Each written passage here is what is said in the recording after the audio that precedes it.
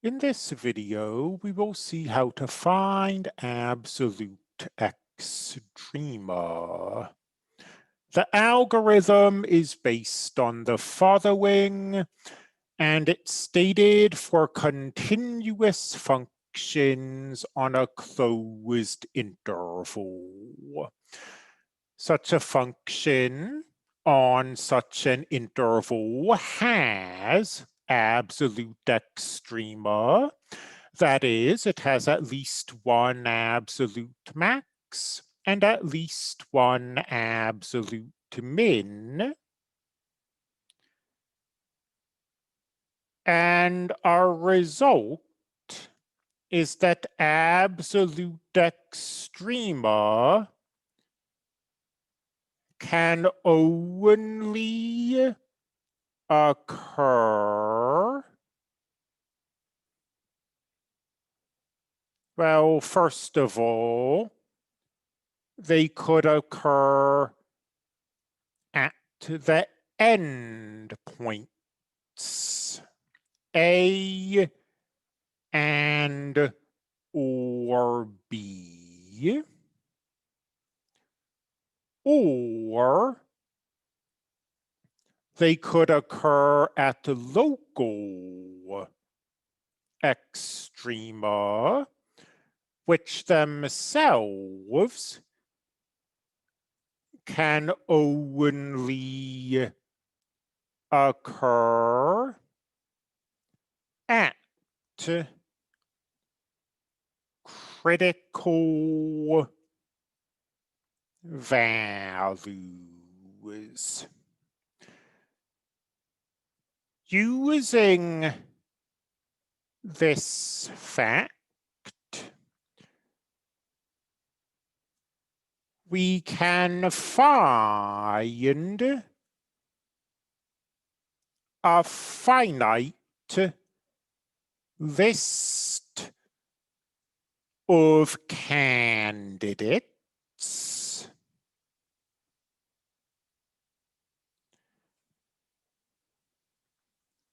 each of which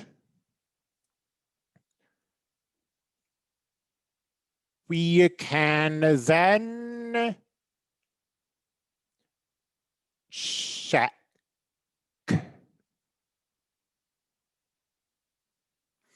Let's do a very quick example so we can nail down what I mean by this. F of x equals x cubed on the interval from -1 to +2. Let's find the absolute maximum and absolute minimum. These could occur at the end points, at -1 and 2. Or it could occur at the critical values. To find the critical values, we take the derivative. And the critical values occur either where the derivative does not exist, or where the derivative equals 0. Well, this derivative always exists. We set it equal to 0 and get a single critical value. So these are our candidates. The absolute maximum is going to be one of these. The absolute minimum is going to be one of these. So we'll look at -1, 0, and 2.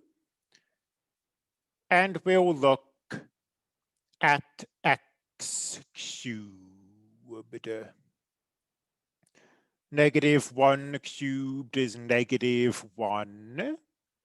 0 cubed is 0. 2 cubed is 8.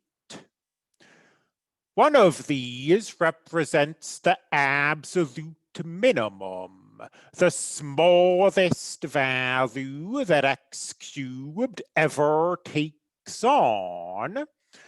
And we just, well, which of these is the minimum? -1, 0, and 8. The smallest of these is -1.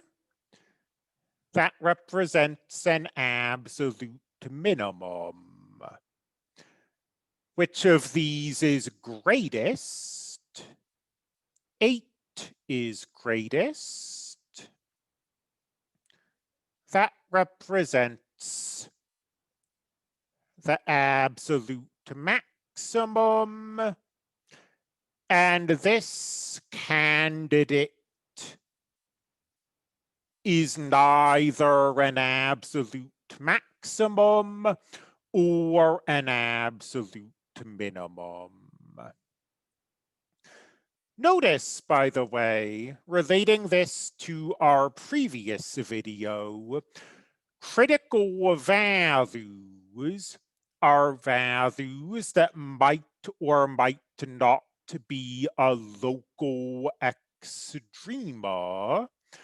We have not yet introduced a method for checking whether this is a local extrema, but that's not information we need for this method. We just plug this into the function and see what comes out. If it's an absolute extrema, it will be either the biggest value or the smallest value. So maybe this is a local min, maybe this is a local max, whatever, don't know yet. It's definitely not an absolute min or an absolute max, though.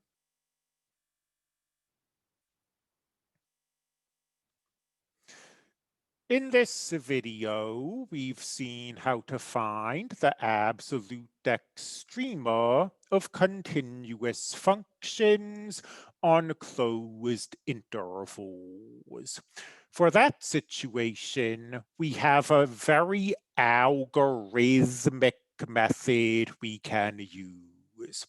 Find the critical values, throw in the endpoints, evaluate the function at each of those candidates, and see which is a maximum and which is a minimum.